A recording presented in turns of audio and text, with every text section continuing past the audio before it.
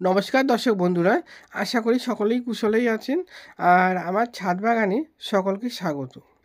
আমার ছাদ বাগানের ভিডিও যারা নিয়মিত দেখে থাকেন তারা অবশ্যই জানেন যে আমি সাধারণত সবজি গাছ আর সাধারণ সবজি গাছ যেগুলো আমাদের বাড়িতে প্রতিদিন বা প্রতিনিয়ত ব্যবহৃত হয়, আর যেগুলো খুবই কম দামে মানে গাছগুলো পাওয়া যায়, সেই ধরনের গাছগুলোই আমি লাগিয়ে থাকি। আর সেইভাবেই খুব সাধারণ খরচা করে অল্প খরচা করেই গাছগুলো লাগিয়ে থাকি।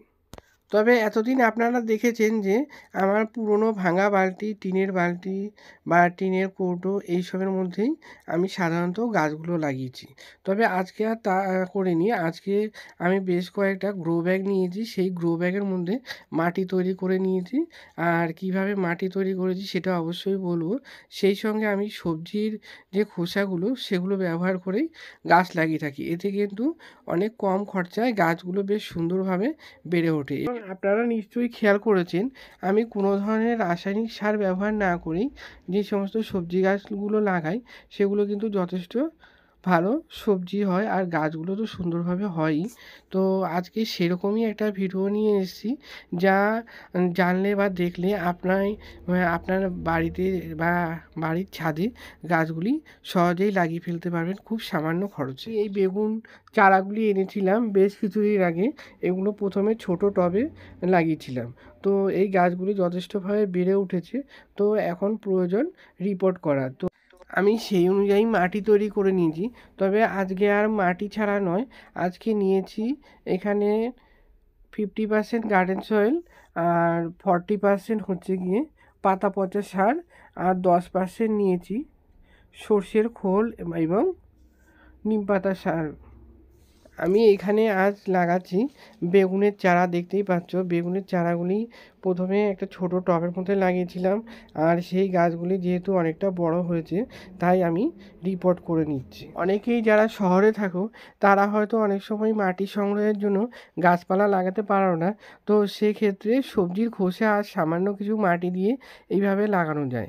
তো ব্যালকনির মধ্যেও যদি লাগানো যায় সেক্ষেত্রে সারাদিনে রোদের তাপ যেখানে অন্তত 5 থেকে 6 ঘন্টা পায়, সেখানেই কিন্তু এই গাছগুলি অনায়াসেই হয় এবং সেক্ষেত্রে যথেষ্ট পরিমাণে ফলও দেয়। যেহেতু ছাদ বাগানে কয়েকটি মাত্র গাছ লাগিয়ে থাকি, তো সেক্ষেত্রে আমার মতে যে ভালো জাতের চারা কিনে আনা উচিত। ভালো নার্সারি থেকে, জানাশোনা নার্সারি থেকে সেগুলো ক্রয় করা উচিত। কথায় বলে বৃক্ষ তোমার নাম কি, ফলে তার পরিচয়। তো আমরা কিন্তু সাধারণত গাছ লাগিয়ে থাকি ফলের আশায়। ফল যদি ভালো হয় সেক্ষেত্রে কাজ করার উৎসাহ অনেক গুণ বেড়ে যায়। বেগুন গাছগুলি লাগানোর ক্ষেত্রে আমি সাধারণ মাটি আর লিপ কম্পোস্ট ব্যবহার করেছি। আপনাদের যদি লিপ কম্পোস্ট অ্যাভেলেবেল না থাকে তাহলে সেক্ষেত্রে গোবর সার বা অন্যান্য যে কোনো ধরনের কম্পোস্ট সার ব্যবহার করতে পারেন। এমনকি কিচেন কম্পোস্টও ব্যবহার করতে পারেন। কিচেন কম্পোস্ট না থাকলেও আমি যেভাবে সবজির খোসা দিয়ে গাছ লাগিয়ে থাকি, সাধারণ কিছু মাটি আর সবজির খোসা দিয়েও এইভাবে গাছ লাগাতে পারেন, যথেষ্ট ভালো হবে আশা করছি। কারণ আমি যে সবজি গাছগুলো লাগিয়ে থাকি আপনারা হয়তো দেখে থাকবেন যে আমি অনেক সময় এরকমভাবেও লাগিয়ে থাকি। এই ভিডিওটাতে সম্পূর্ণরূপে দেখাবো যে ফুল থেকে ফল পর্যন্ত আর কোনো রকম সার ব্যবহার না করে, কোনো রকম খরচ না করে কিভাবে বেগুন গাছগুলি সুন্দরভাবে বেড়ে উঠছে। বন্ধুরা, এই বেগুন গাছগুলি রিপোর্ট করার বেশ কিছুদিন পর আমি মাটিগুলো উল্টে পাল্টে দিচ্ছি। কারণ মাটি উল্টে পাল্টে দিলে মাটির যে জৈব ক্ষমতাটা রয়েছে সেটা বৃদ্ধি পায় এবং গাছ সেখান থেকে সংগ্রহ করতে অনেক সুবিধা হয়, আর সেক্ষেত্রে মাটিটা অনেকটা আলগা হয়। একটা জিনিস হচ্ছে, তোমরা নিশ্চয়ই দেখতে পাচ্ছ ধাপে ধাপে আমি কিছু পাতা কেটে দিচ্ছি। কারণ হচ্ছে গাছের গোড়ায় পর্যাপ্ত পরিমাণ রৌদ্র প্রবেশ করতে হবে, না হলে গাছের গোড়ায় ফাঙ্গাস লাগার সম্ভাবনা থাকতে পারে। এছাড়া গাছগুলিতে এখন দেখতেই পাচ্ছ যে কিছু ফুল চলে এসছে। তো গাছের যদি পাতা সম্পূর্ণ থেকে যায় সেক্ষেত্রে গাছ তার এনার্জি পাতার পেছনেই দিয়ে থাকবে, সেটা ফলের পেছনে দিতে পারবে না। তা সেক্ষেত্রেও কিন্তু গাছগুলির পাতা, এক্সট্রা পাতা বা পুরনো পাতাগুলি ছেঁটে দিতে হবে।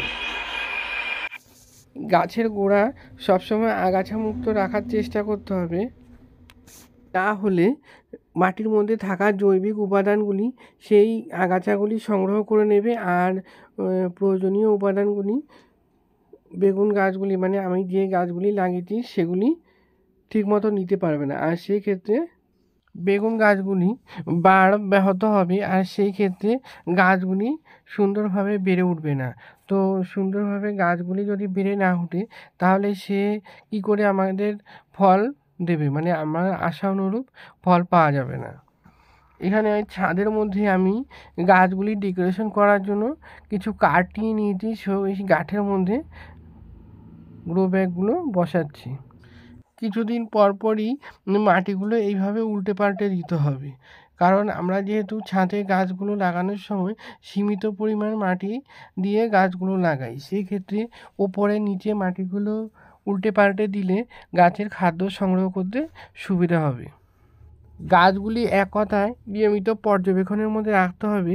যখনই গাছগুলির পাতা বেশ বড় হয়ে যাবে, মানে গাছের গোড়ায় ঠিকমতো রোদ্দুর পাবে না, তখনই গাছগুলির পাতা ছেঁটে দিতে হবে। গাছগুলোতে বেশ কয়েকটি ফুল এসছে। প্রথমে চারা গাছ লাগানোর কিছুদিন পরেই ফুল এসেছিল, সেই ফুলগুলি আমি ছেঁটে দিয়েছি আর ছেঁটে দেওয়ার পরেই কিন্তু সুন্দরভাবে অনেকগুলো শাখা পোশাখা ছেড়েছে। আর এখন যে ফুলগুলি এসেছে এগুলো কিন্তু আমি আর ছাড়বো না, এগুলো আমি রেখে দেবো, পরবর্তীকালে এগুলি থেকে বেগুন হবে। যে ফুলগুলি এসেছিল সেগুলি যদি আমি ছেঁটে না দিতাম, গাছটা তখনও ছোট ছিল, তো তখন বেগুন হলে বেগুনগুলি গাছের সমস্ত খাদ্য বা অন্যান্য যে সমস্ত অংশগুলি শুষে নিত, গাছটা সুন্দরভাবে বেড়ে উঠতো না, আর সেক্ষেত্রে পরবর্তীকালে আমাকে প্রচুর ফল প্রদান করতে পারবে না। তাই আমি প্রথমের দিকে যে ফুলগুলি সব ছেঁটে দিয়েছি। আমি এই ভিডিওটিতে যেইভাবে মাটি তৈরি করলাম সেইভাবে মাটি তৈরি করলে বেশি কোনো খাবার দেওয়ার প্রয়োজন হবে না। এখানে যেহেতু মাটির সঙ্গে আমি বেশ কিছু সবজির খোসা ব্যবহার করেছি, সেই সবজির খোসাগুলি এতদিনে পচে একটা সারে পরিণত হয়েছে, আর তার জন্যই আমি মাঝে মধ্যেই মাটি খুঁড়ে দিয়েছি আর উল্টে পাল্টে দিয়েছি, আর সেগুলি থেকেই গাছ তার প্রয়োজনীয় খাদ্য সংগ্রহ করে নিতে পারছে সহজেই। বড় বড় ভিডিও ক্রিয়েটররাই খুব সুন্দর করে গুছিয়ে কথা বলতে পারেন, যদিও আমি সেইভাবে গুছিয়ে কথা বলতে পারি না, কিন্তু আমার ভিডিওটিতে দেখানো কাজগুলি দেখে আপনারা নিশ্চয়ই বুঝতে পারছেন। আমি এখন অবধি বাইরে থেকে কোনো রকম খাবার প্রদান করিনি। প্রথমে যে মাটিগুলি যেইভাবে তৈরি করেছিলাম সেগুলি থেকেই খাবার পাচ্ছি, আর মাঝে মধ্যেই প্রয়োজন অনুসারে জল দিয়ে দিচ্ছি। আমি এই গাছগুলি বসিয়েছি শীতের মাঝামাঝি সময়ে, তো এখন শীত প্রায় শেষের দিকে, তো এই সময় গাছে প্রচুর পরিমাণে ফুল আসবে, আর ফুলগুলি যদি টিকে যায় সেখান থেকে আশানুরূপ ফল পাওয়া যাবে। এই গ্রো ব্যাগগুলিতে প্রথমে একবার মানে দুটো একটা করে বেগুন হয়েছিল, তো সেগুলো আপনাদের আমি দেখাতে পারিনি, কারণ আমাদের এখানে প্রচুর বাঁদরের উৎপাত, তার জন্য বাঁদরে নিয়ে গেছে। আর এই একটি টিনের মধ্যে লাগিয়েছিলাম, সেই টিনটি আমি একটু ঘরের ভিতরে মানে সাইড করে রেখেছিলাম, তো সেই ক্ষেত্রে দুটো বেগুন এখানে রয়েছে।